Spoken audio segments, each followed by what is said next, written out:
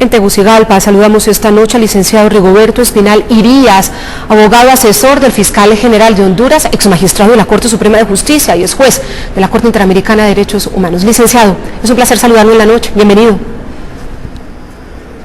Muy buenas noches, Claudia. Muy buenas noches a todo el continente americano, desde los Estados Unidos hasta el Cono Sur. Muchas gracias por esta oportunidad.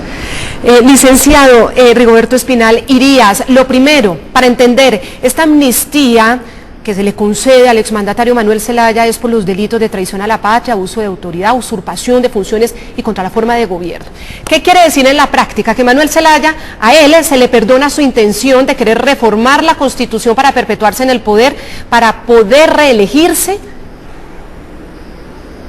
Así es, es el alcance del decreto de amnistía, es el perdón y el olvido de todos los delitos políticos que él y su grupo de socios estaba cometiendo en esa fecha. Es decir, frente a la decisión que en su momento tuvo el expresidente Manuel Zelaya de cambiar la Constitución pese a no cumplir con los requisitos formales y por ese mismo intento atacar a la misma Constitución de Honduras.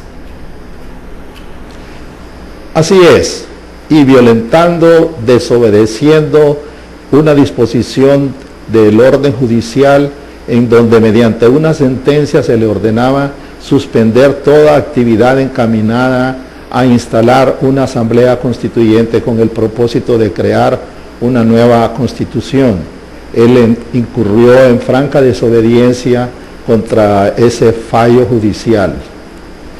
Y desde el punto de vista jurídico podemos hablar de desobediencia judicial, de incumplimiento a las normas constitucionales. Desde el punto de vista político, ¿significa esto que se le perdona esa intención de querer hacerse al poder, como ha pasado en América Latina, con muchos gobiernos que han decidido perpetuarse en el poder y cambiar la Constitución a su antojo y a su medida para quedarse en el poder? Muchos incluso lo han interpretado en Honduras que Manuel Zelaya intentó copiar la lección de Hugo Chávez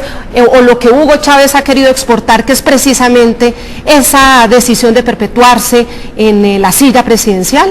Debemos de recordar siempre que la potestad de conceder una amnistía es del Congreso Nacional, que al Ministerio Público, a la Fiscalía General de la República, tiene que cumplir todo orden legal y que se mantenga el respeto de la Constitución de la República, que se mantenga también el respeto a todas las garantías, a los derechos de los ciudadanos y de las personas. Estos son actos que no tienen que ver específicamente por la condición de alguien que ha sido presidente o que ha sido el primer magistrado de una nación. Esto se aplica a todas las personas que estén incluidas en esos actos de traición a la patria, etcétera, etcétera. Ahora, esta amnistía también favorecerá a los militares investigados por el golpe, licenciado Rigoberto Espinal, asesor del fiscal general de Honduras, porque así como la actuación de Manuel Zelaya fue cuestionada en su momento, también los militares en la forma de proceder, sacaron a la medianoche de esa manera a un mandatario y no ponerlo ante la corte, sino sacarlo del país, lo que ha sido considerado un golpe de Estado. Estos militares también serán cobijados entonces por también la amnistía desde el punto de vista de esta crisis política que vive Honduras. Los militares que participaron en el incumplimiento de una orden de captura llevando al exterior al señor Zelaya Rosales fueron objeto de un proceso tal como lo había anunciado el Ministerio Público, fueron objeto de un requerimiento fiscal y eso quedó sujeto a la decisión jurisdiccional. Si hay algunos otros militares que pudieran ser denunciados por estos cargos, en ese entendido sí podrían acogerse a la amnistía general que ha dictado el Congreso Nacional. Bueno, entonces estamos hablando de los delitos amnistiados, pasemos al punto clave, porque pese a esta amnistía concedida a Manuel Zelaya, el programa La Noche descubrió que hoy, en contra del exmandatario, existe otra orden de captura internacional por los delitos de fraude, falsificación de documentos y abuso de autoridad. Es un nuevo proceso que abrió la Fiscalía de Honduras el pasado 23 de febrero y se trata de delitos comunes que no pueden ser beneficiados precisamente por decreto alguno del Congreso, y pues, sobre todo por este que ordenó el archivo de las investigaciones por delitos políticos. Nuestra jefe de investigaciones, Harry Hidalgo, tuvo acceso a ese expediente y conoció el requerimiento de 22 páginas en el que la Fiscalía formula cargos contra Manuel Zelaya y 4 de sus más cercanos colaboradores durante su gobierno por esas presuntas irregularidades en la ejecución de recursos destinados supuestamente para inversión social y que habrían terminado en un contrato para publicidad, propaganda y encuestas por 30 millones de lempiras, algo más de 1.5 millones de dólares. Revelación en la noche. Este es el requerimiento fiscal del expediente 0801-2009-31126 que adelanta el Ministerio Público de Honduras en contra del expresidente Manuel Zelaya y 4 de sus colaboradores más cercanos. El documento comienza con el siguiente encabezado: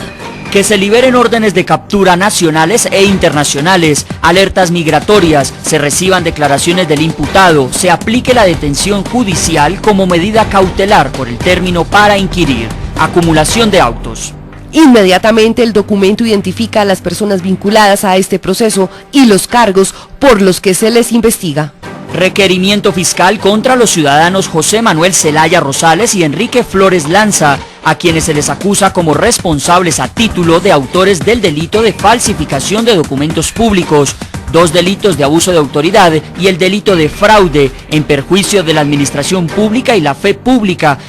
Asimismo, contra los ciudadanos Rebeca Patricia Santos y José Antonio Borjas Macis, a quienes se les acusa como responsables a título de autores directos en el delito de abuso de autoridad y coautores en el delito de fraude, y César Arnulfo Salgado, a quien se acusa como responsable a título de autor directo del delito de abuso de autoridad y uso de documento público falso y coautor en el delito de fraude. Según el Ministerio Público de Honduras, los acusados habrían utilizado el recurso de emergencia social para facilitar el traslado de recursos a un área totalmente diferente a la prevista por la ley. Recursos destinados para la atención de las comunidades habrían sido invertidos en publicidad y propaganda a favor del gobierno. Esta forma de operar quedó manifestada en el hallazgo del Acuerdo Ejecutivo 046A-2008, que permitió a través de la Secretaría de Finanzas destinar recursos financieros con fondos externos a las actividades de publicidad, propaganda y encuestas mediante contrataciones directas, hasta lograr ejecutar cantidades de 30 millones de lempiras en un solo día, como se hizo el 23 de diciembre del 2008, a través de mecanismos de contratación directa al margen de la ley y reglamento en materia de contratación del Estado. Según el Ministerio Público, el presidente Zelaya y los funcionarios acusados acordaron lo siguiente. Existió un acuerdo previo entre las autoridades de Casa Presidencial, el FIS y Finanzas para disponer de esos 30 millones de lempiras en la última quincena del mes de diciembre 2008 para ejecutar el día 23 de diciembre el pago de 29 cheques a diferentes empresas de publicidad y medios de comunicación, sin que existieran los documentos soportes administrativos que respaldaran esos pagos, pues los mismos comenzaron a documentarse después del mes, día 13 de enero 2009.